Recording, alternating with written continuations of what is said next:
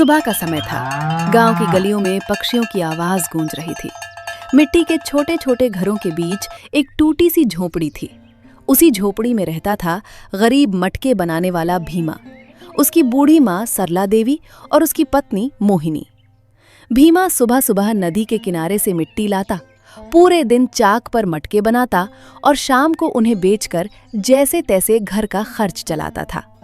उसकी माँ सरला देवी बूढ़ी हो चुकी थी, हाथ कांपते थे, कमर झुक गई थी, लेकिन फिर भी बेटे का बोझ हल्का करने के लिए जितना हो सके उतना काम करती थी। लेकिन उसी घर में एक और इंसान रहती थी, मोहिनी। मोहिनी सुंदर थी, लेकिन उससे कहीं ज्यादा घमंडी, आलसी और लालची थी। अरे राम, हाथ अब पहले जैसे नहीं रहे। फिर भी अगर मैं थोड़ा बहुत काम ना करूं तो मेरा बेटा अकेला कितना करेगा। भगवान, बस उसे सुख दे देना। उसी समय भीतर से मोहिनी की तेज आवाज आती है। अरे माँ जी, इतनी धीरे धीरे झाड़ू लगाएगी तो दोपहर हो जाएगी। मेरी नींद भी खराब कर दी, थोड़ा चैन से भी नहीं रहने देती। सरला देवी घबराकर झाड़ू रोक देती हैं। बहू, मैं तो बस आंगन साफ कर रही थी। सोचा जब तुम उठोगी तब तक सब काम हो जाए। काम हो जाएगा? आपसे तो एक घड़ा भी ठीक से नहीं उठता। हर समय बेटे के सामने सीधी बनने का नाटक करती रहती हो। सरला देवी चुपचाप सिर झुका लेती हैं। तभी भीमा मिट्टी की टोकरी लेकर घर लौटता है। माँ, ये लो, मिट्टी ले आया हूँ, आज अच्छे मटके बनेंगे। फिर वह मुस्कुराकर मोहिनी से कहता है, मोहिनी, जरा पानी दे दो, सुबह से नदी तक गया था, बहुत प्यास लगी है। मोहिनी बिना उसकी तरफ देखे चारपाई पर बैठ जाती है। मैं कोई नौकरानी हूँ क्या? खुद जाकर पी लो, मुझे अभी आराम करना है। भीमा कुछ पल चुप रहता है। सरला देवी तुरंत अंदर जाकर पानी लाती हैं। ले बेटा, पानी पी ले। भीमा पानी पीते हुए माँ के कांपते हाथ देखता है। माँ, आपने फिर काम किया? मैंने कितनी बार कहा है कि अब आप आराम किया करो। जब तक सांस चल रही है, बेटे का हाथ पटाना भी तो मेरा काम है। भीमा की आंखें भर आती हैं। कुछ समय बाद भीमा चाक घुमाकर मटके बना रहा था। मोहिनी वहीं आकर खड़ी हो गई। सुनो जी, कब तक ये मिट्टी के मटके बनाते रहोगे? पूरे गांव में देखो, कितने लोग अच्छे कपड़े पहनते हैं, उनकी औरतों के पास गहने हैं, और मैं हर समय यही पुराने कपड़े पहनूं। मोहिनी, मैं मेहनत तो पूरी करता हूँ, लेकिन मिट्टी के मटकों से जितनी कमाई होती है उतने में बस घर चल पाता है। मुझे बहाने मत सुनाओ, मेहनत करने से कुछ नहीं होता। पैसा चाहिए, बहुत सारा पैसा। ठीक है, गुस्सा मत हो, मैं कोशिश करूंगा। कोशिश नहीं, मुझे नतीजा चाहिए। अगले मेले तक अगर मेरे लिए सोने की बालियां नहीं आई तो समझ लेना मैं किसी की बातें नहीं सुनूंगी। भीमा चुपचाप मिट्टी गूंथने लगता है। दोपहर हो चुकी थी। सरला देवी रसोई में सूखी रोटियां बना रही थीं। भीमा अंदर आता है।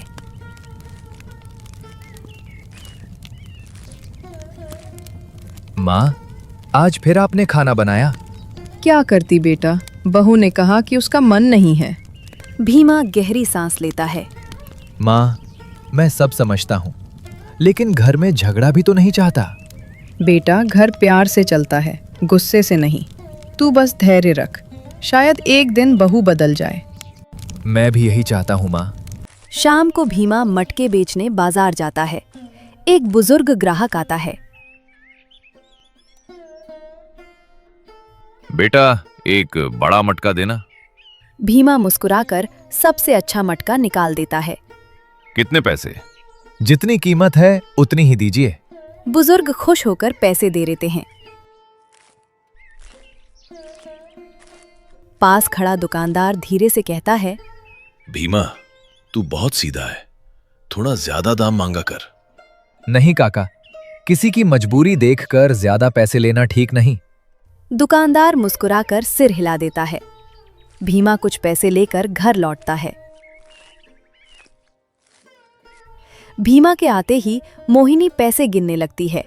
बस इतने? पूरे दिन की मेहनत के बाद भी इतने थोड़े? आज बाजार में लोग कम थे। मैं क्या करता, तुम ही बताओ। मुझे कुछ नहीं सुनना।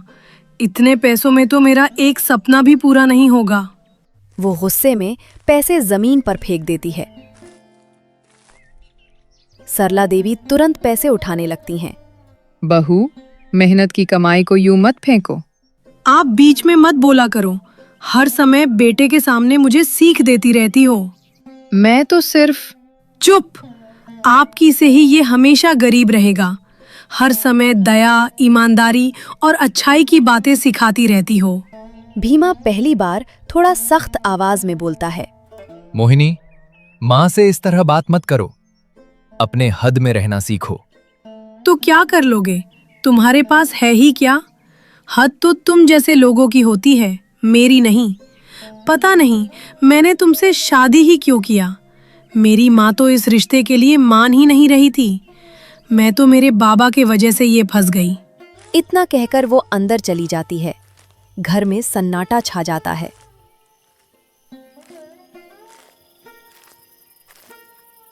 रात को सरला देवी बाहर आसमान की तरफ देख रही थीं।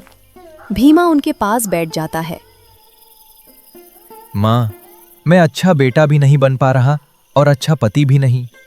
ऐसा मत कह बेटा। तू मेहनती है, ईमानदार है। भगवान मेहनत का फल देर से देते हैं, लेकिन देते जरूर हैं। लेकिन माँ, कब तक? मैं चाहता हूं कि आपको आराम मिले, आपकी दवा समय पर आए, घर ठीक हो जाए। मेरे लिए चिंता मत कर। मुझे दुख अपनी बीमारी का नहीं, दुख इस बात का है कि इस घर में अपनापन कम होता जा रहा है। भीमा चुप हो जाता है। उधर कमरे में मोहिनी अकेले बैठी सोच रही थी। इस गरीबी में मेरा दम घुटता है। अगर भीमा ऐसे ही सीधा बना रहा तो कभी अमीर नहीं बन पाएगा। कुछ बड़ा करना पड़ेगा, चाहे जैसे भी हो। वो हल्की मुस्कान देती है। उसे नहीं पता था कि उसकी यही सोच आगे चलकर पूरे परिवार की जिंदगी बदलने वाली थी।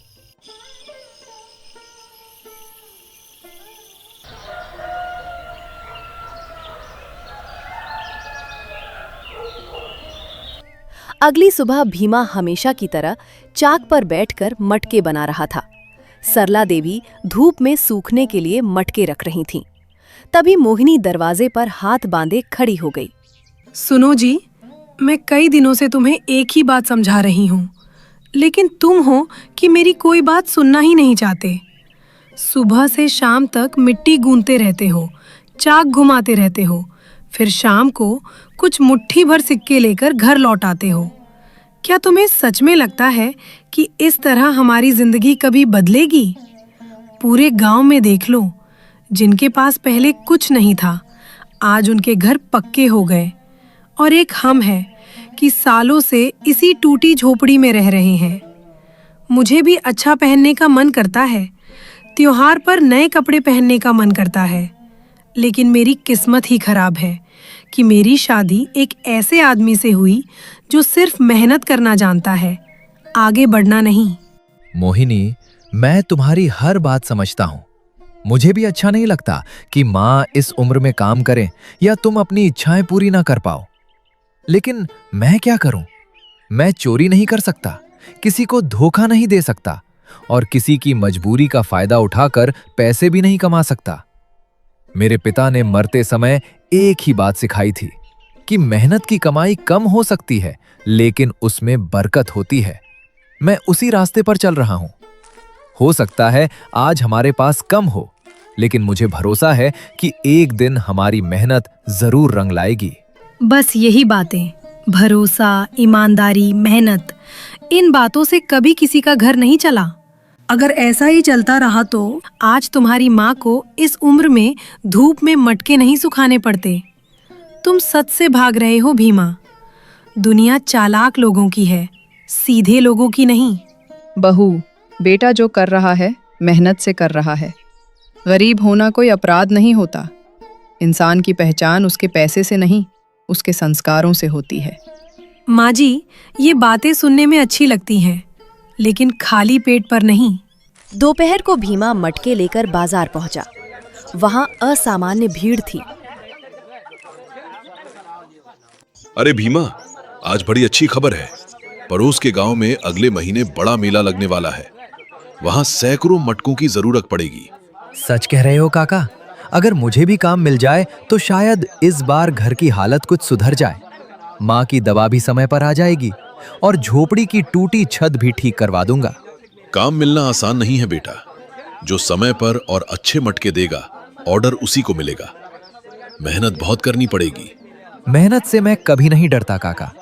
अगर दिन में 12 घंटे काम करना पड़े, रात में भी चाक चलाना पड़े, तब भी करूंगा। बस भगवान इतना साथ दे कि इस बार मेरा काम किसी को पसंद आ जाए। दुकानदार मुस्कुराया। यही बात मुझे तेरी सबसे अच्छी लगती है। तू मेहनत पर भरोसा करता है।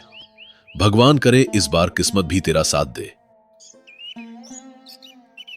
शाम को भीमा तेज कदमों से घर पहुंचा। माँ, आज बहुत अच्छी खबर मिली है। अगर सब ठीक रहा तो अगले महीने हमें सैकड़ों मटके बनाने का काम मिल सकता है। अगर ये काम मिल गया तो कई महीनों की चिंता एक साथ खत्म हो जाएगी। मैं सबसे पहले आपके लिए दवा खरीदूंगा, फिर इस झोपड़ी की छत ठीक करवाऊंगा। भगवान तेरा भला करे बेटा। मैं तो हमेशा यही प्रार्थना करती हूँ कि तेरी मेहनत रंग लाए। तूने कभी किसी का बुरा नहीं किया, इसलिए मुझे भरोसा है कि भगवान भी तुझे निराश नहीं करेंगे। तभी मोहिनी बाहर आई। अगर इतना बड़ा काम मिलने वाला है तो इस बार दाम दोगुने रखना। लोगों को जरूरत होगी तो वे खुद ज्यादा पैसे देंगे। मौका बार बार नहीं मिलता। नहीं मोहिनी, सही चीज का सही दाम लेना ही ठीक है।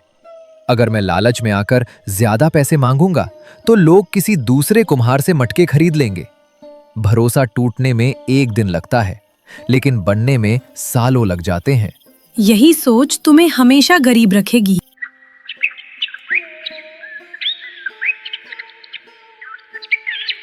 अगली सुबह सूरज की पहली किरण आंगन में पड़ी ही थी कि भीमा हमेशा की तरह चाक के सामने बैठ गया। उसके हाथ तेजी से घूम रहे थे, लेकिन चेहरे पर एक अलग ही उम्मीद दिखाई दे रही थी। सरला देवी धीरे धीरे तैयार मटकों को उठाकर धूप में रख रही थीं। उम्र की वजह से उनके हाथ कांप रहे थे, फिर भी वे बेटे का काम हल्का करने की कोशिश कर रही थीं। उसी समय गांव का दुकानदार तेजी से उनके घर पहुंचा।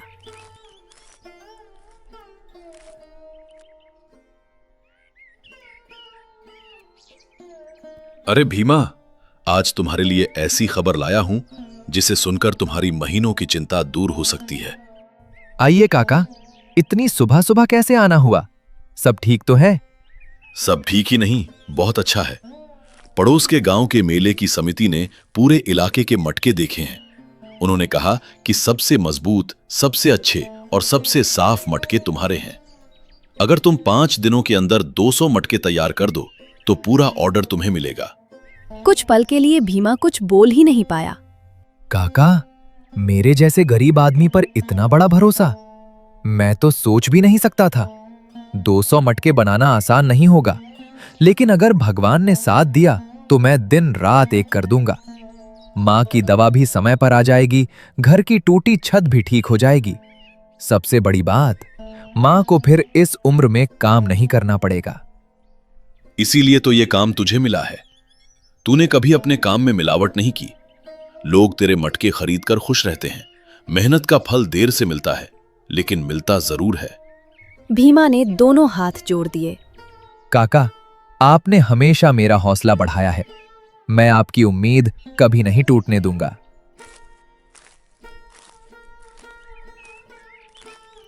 दुकानदार के जाते ही मोहिनी तेज कदमों से बाहर आई।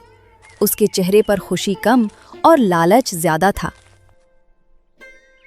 सुनो जी, अब मेरी बात ध्यान से सुन लो। ये मौका जिंदगी में बार बार नहीं आने वाला। जब लोग मटके लेने आएंगे तब उनसे पहले आधे पैसे ले लेना। फिर कहना कि मिट्टी महंगी हो गई है, मजदूरी बढ़ गई है, इसलिए बाकी पैसे भी ज्यादा देने होंगे। अगर उन्हें मटके चाहिए होंगे तो वे मजबूरी में दे देंगे। ऐसे ही लोग अमीर बनते हैं। मोहिनी, मैं किसी की मजबूरी का फायदा नहीं उठा सकता। अगर किसी ने मुझ पर भरोसा करके काम दिया है तो मैं उस भरोसे को कभी नहीं तोड़ूंगा। मुझे पैसे जरूर चाहिए, लेकिन गलत तरीके से नहीं। यही तुम्हारी सबसे बड़ी कमजोरी है। तुम हमेशा दूसरों की सोचते हो, अपने घर की नहीं। जरा इधर देखो, ये टूटी हुई झोपड़ी, माँ जी के पुराने कपड़े, मेरे फटे हुए दुपट्टे, क्या यही जिंदगी चाहिए तुम्हें? कभी मेरे बारे में भी सोच लिया करो। मुझे भी तो अच्छे कपड़े पहनने का मन करता है, मुझे भी अच्छा घर चाहिए। मैं कब तक लोगों के ताने सुनती रहूं? मैं तुम्हारी हर इच्छा पूरी करना चाहता हूं, लेकिन ऐसा पैसा लेकर नहीं जो किसी के आंसू से आया हो। अगर आज मैंने लालच कर लिया तो कल कोई मुझ पर भरोसा नहीं करेगा। ईमानदारी खोकर कमाया हुआ धन ज्यादा दिन नहीं टिकता। ईमानदारी, ईमानदारी, बस यही रट लगा रखी है। देख लेना, इसी ईमानदारी के कारण पूरी जिंदगी मिट्टी में ही हाथ गंदे करते रहोगे। भीमा ने कोई जवाब नहीं दिया और फिर से चाक चलाने लगा। मोहिनी अंदर चली गई। सरला देवी भीमा के पास आकर बैठ गईं। बेटा, एक बात पूछूं? बुरा तो नहीं मानेगा? माँ, आपके सामने मैं कभी बुरा मान सकता हूँ क्या? कहिए। मुझे बहू की बातें सुनकर डर लगने लगा है। पहले वो सिर्फ शिकायत करती थी, अब वो तुझे गलत रास्ता अपनाने के लिए मजबूर करने लगी है। लालच बहुत बुरी चीज होती है बेटा। ये पहले इंसान की सोच बदलता है, फिर उसका स्वभाव और आखिर में उसका पूरा जीवन। मैं भी सब समझता हूँ माँ। कई बार मन करता है कि मोहिनी को डांट दूं, लेकिन फिर सोचता हूं शायद समय के साथ सब ठीक हो जाए। अगर मैं भी गुस्सा करने लगूं तो ये घर घर नहीं, लड़ाई का मैदान बन जाएगा। धैर्य रखना अच्छी बात है, लेकिन हर बार चुप रहना भी ठीक नहीं होता। कुछ लोग प्यार की भाषा समझते हैं, कुछ लोग सिर्फ स्वार्थ की। मुझे डर है कि कहीं बहू का यही लालच किसी दिन बड़ी मुसीबत न बन जाए। भीमा ने माँ की तरफ देखा। उसके चेहरे पर चिंता साफ दिखाई दे रही थी।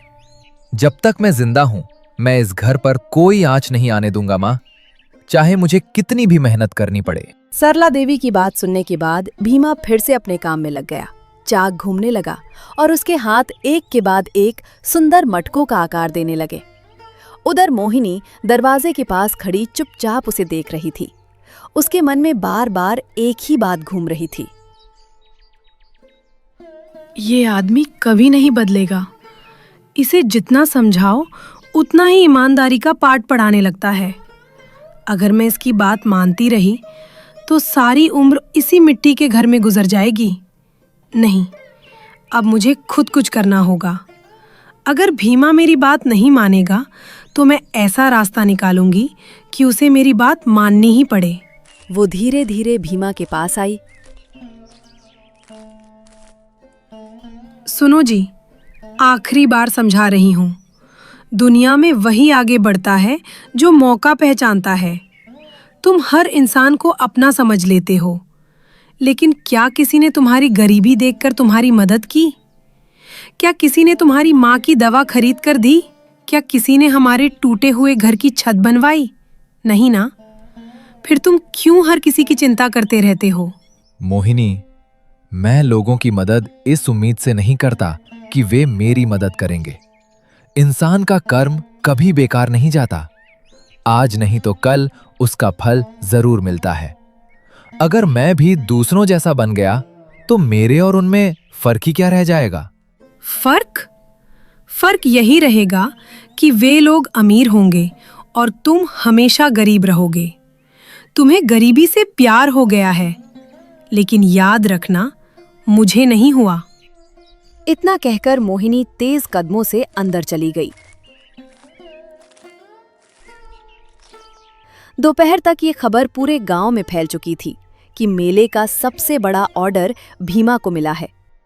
चौपाल के पास पानी भरती औरतें उसी की चर्चा कर रही थीं। सुना है भीमा को 200 मटकों का काम मिला है। मिलना ही था, उसके हाथ के बने मटके सबसे मजबूत होते हैं। भगवान मेहनती लोगों का साथ देता है। बेचारा कितने सालों से मेहनत कर रहा है। उसी समय वहां से गंगाराम गुजरा। उसने सबकी बातें सुन ली। वो बिना कुछ बोले आगे बढ़ गया, लेकिन उसके चेहरे पर जलन साफ दिखाई दे रही थी। अपने घर पहुंचकर वो अकेले बड़बड़ाने लगा। कल तक लोग मेरे मटकों की तारीफ करते थे, आज हर तरफ सिर्फ भीमा भीमा भीमा। अगर ये काम उसने पूरा कर दिया तो अगले साल भी ऑर्डर उसी को मिलेगा। फिर मेरा क्या होगा, मेरे बच्चों का क्या होगा? नहीं, कुछ ना कुछ करना ही पड़ेगा। वो गहरी सोच में डूब गया।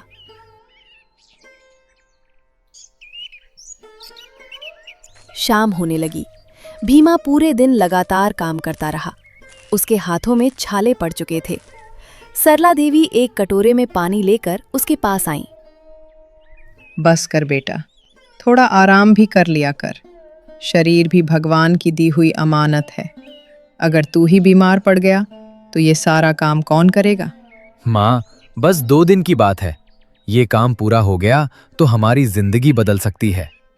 मैं चाहता हूं कि अब आपको दवा के लिए किसी का इंतजार ना करना पड़े।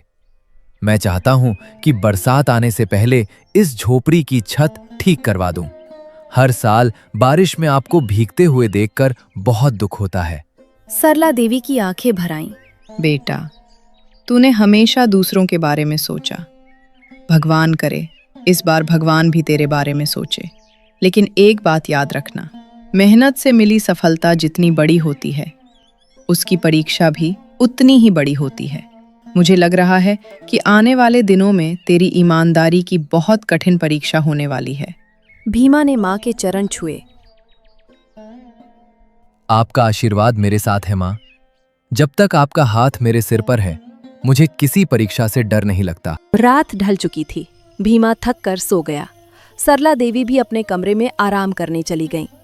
मोहिनी ने धीरे से दरवाजा खोला और बिना किसी को जगाए बाहर निकल गई। गांव के किनारे पुराने बरगद के पेड़ के पास कोई पहले से उसका इंतजार कर रहा था। वो गंगाराम था। तुमने इस समय बुलाया है, कोई खास बात है क्या? मोहिनी ने चारों तरफ देखा कि कहीं कोई सुन तो नहीं रहा। फिर वो धीमी आवाज में बोली, अगर भीमा ये ऑर्डर पूरा कर देगा तो फिर कभी कोई तुम्हारे पास मटके खरीदने नहीं आएगा। और अगर ये ऑर्डर बीच में ही रुक जाए तो फायदा किसका होगा? ये तुम्हें मुझसे बेहतर पता है। गंगाराम कुछ पल तक चुप रहा। उसने मोहिनी की आंखों में देखा। उसे पहली बार समझ आया कि मोहिनी का लालच उसकी सोच से भी ज्यादा खतरनाक है। दूर झाड़ियों के पीछे एक और परछाई खड़ी थी, जिसने मोहिनी और गंगाराम की पूरी बातचीत सुन ली थी। दोनों के जाने के बाद वो धीरे धीरे बाहर आया। वो कोई और नहीं बल्कि गांव का वही बुजुर्ग दुकानदार था जो बरसों से भीमा का साथ देते आ रहा था। हे भगवान, लालच इंसान को कितना अंधा कर देता है। भीमा जैसा सीधा और मेहनती लड़का, जिसकी पूरी दुनिया उसका परिवार है, उसी के अपने लोग उसकी मेहनत मिटाने पर उतर आए। नहीं, सुबह होने से पहले मुझे उसे सब सच बता देना होगा।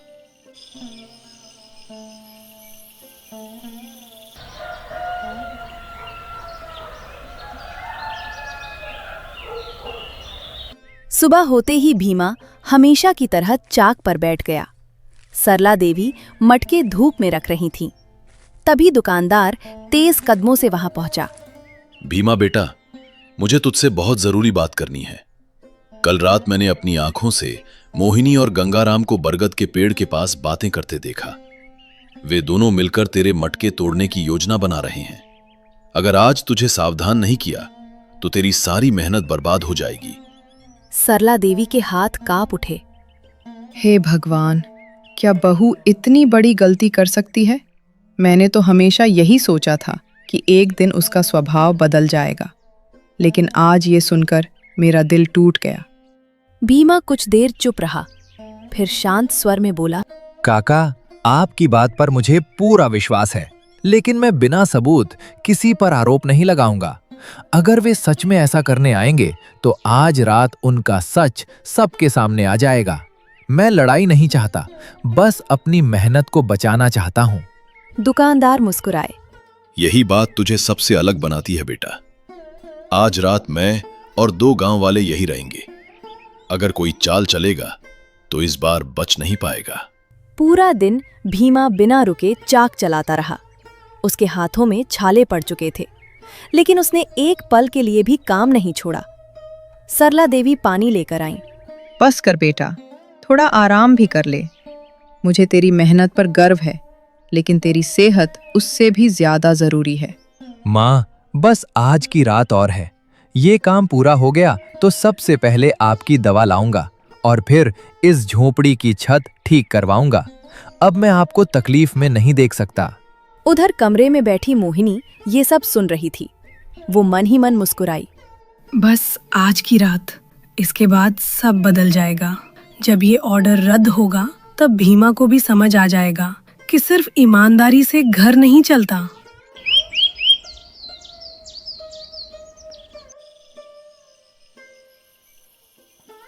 धीरे धीरे रात होने लगी। भीमा ने सोने का नाटक किया, जबकि दुकानदार और 2 गांव वाले आंगन के पास छिप गए। आधी रात के सन्नाटे में घर का दरवाजा धीरे से खुला। मोहिनी बाहर निकली और कुछ दूर अंधेरे में गंगाराम उसका इंतजार कर रहा था। मोहिनी तेज कदमों से गंगाराम के पास पहुंची। चारों तरफ सन्नाटा था। दूर कहीं कुत्तों के भौंकने की आवाज आ रही थी। मुझे अब भी डर लग रहा है मोहिनी। अगर आज हम पकड़े गए तो पूरे गांव में हमारी बदनामी हो जाएगी। अभी भी चाहो तो ये सब यहीं खत्म कर देते हैं। अब पीछे हटने से कुछ नहीं होगा। बस कुछ मटके टूट जाएं, फिर भीमा समय पर ऑर्डर पूरा नहीं कर पाएगा। उसके बाद मेले वाले तुम्हारे पास आएंगे। यही मौका हमारी किस्मत बदल सकता है। दोनों धीरे धीरे आंगन में रखे मटकों की ओर बढ़ने लगे। गंगाराम ने कांपते हाथों से एक बड़ा मटका उठाया। जैसे ही वो उसे जमीन पर पटकने वाला था, अचानक आवाज आई। रुक जाओ गंगाराम, मेहनत तोड़ना इतना आसान नहीं होता। दोनों घबरा गए। उसी समय दुकानदार, 2 गांव वाले और सरला देवी भी बाहर आ गए। कुछ ही देर में शोर सुनकर आसपास के लोग भी इकट्ठा हो गए। कल रात मैंने इन दोनों की सारी बातें सुन ली थी, इसलिए आज हम सब यहां छिप कर बैठे थे। अगर आज सच सामने नहीं आता तो भीमा की महीनों की मेहनत बर्बाद हो जाती। गंगाराम का सिर शर्म से झुक गया। मैं अपनी गलती मानता हूँ। मैं भीमा से जलने लगा था। मुझे लगा अगर उसका काम सफल हो गया तो मेरा कोई मटका नहीं खरीदेगा। उसी जलन में मैं गलत रास्ते पर चल पड़ा। अब सबकी नजर मोहिनी पर थी। कुछ पल तक वो चुप रही, फिर उसकी आंखों से आंसू निकल पड़े। हाँ, ये सब मेरी ही योजना थी। मैं हर दिन गरीबी से परेशान रहती थी। मुझे लगा था कि पैसा ही हर दुख का इलाज है, लेकिन आज समझ आ रहा है कि मैंने धन पाने की चाह में अपने ही घर का भरोसा तोड़ दिया। सरला देवी की आंखें भर आईं। बहू, गरीबी इंसान को छोटा नहीं बनाती, लेकिन लालच जरूर छोटा बना देता है। तूने जिस बेटे की मेहनत को खराब करने की कोशिश की, उसी मेहनत से इतने सालों से ये घर चल रहा है। मुझे दुख तेरी गलती का नहीं, इस बात का है कि तूने अपने ही परिवार का विश्वास तोड़ दिया। मोहिनी रोते हुए उनके पैरों में बैठ गई। माँ जी, मुझे माफ़ कर दीजिए। मैंने हमेशा आपकी सीख को नज़रअंदाज किया। अगर आज भी आप लोग मुझे अपना लें तो मैं वादा करती हूँ कि आज के बाद कभी लालच को अपने दिल में जगह नहीं दूंगी। गांव वालों में से एक बोला। भीमा, ऐसी गलती की माफी नहीं होनी चाहिए। भीमा शांत स्वर में आगे बढ़ा। गलती बहुत बड़ी है, लेकिन अगर इंसान अपनी गलती मानकर बदलना चाहे तो उसे एक मौका मिलना चाहिए। मैं नफरत बढ़ाकर अपना घर नहीं तोड़ना चाहता। मैं चाहता हूं कि आज के बाद हमारा घर मेहनत और विश्वास से चले, लालच से नहीं। गांव वाले भीमा की बात सुनकर शांत हो गए।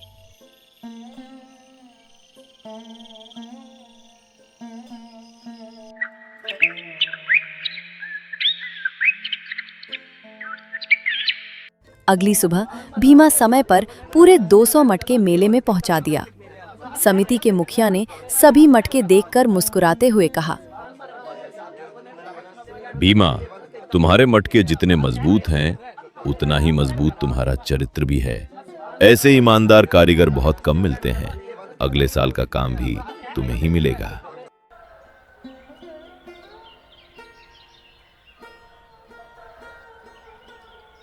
कुछ महीनों बाद झोपड़ी की टूटी छत ठीक हो चुकी थी। सरला देवी की दवा समय पर आने लगी। मोहिनी अब हर काम में भीमा का हाथ बटाती और उनका सम्मान करती। एक शाम तीनों घर के बाहर बैठे थे। आज समझ आया कि मेहनत से कमाया हुआ थोड़ा धन भी सुख देता है, लेकिन लालच इंसान से उसका अपना परिवार भी छीन सकता है। सच्ची कमाई सिर्फ पैसों की नहीं होती, भरोसे की भी होती है। और एक बार भरोसा जीत लिया जाए तो वही इंसान की सबसे बड़ी दौलत बन जाता है। सरला देवी ने दोनों को प्यार से देखा और मुस्कुराते हुए बोली, भगवान उसी घर में खुशियां भेजते हैं जहां मेहनत, ईमानदारी और अपनापन कभी कम नहीं होते। ढलते सूरज की सुनहरी रोशनी उस छोटी सी झोपड़ी पर पड़ रही थी। गरीबी अभी पूरी तरह खत्म नहीं हुई थी, लेकिन उस घर से लालच हमेशा के लिए चला गया था।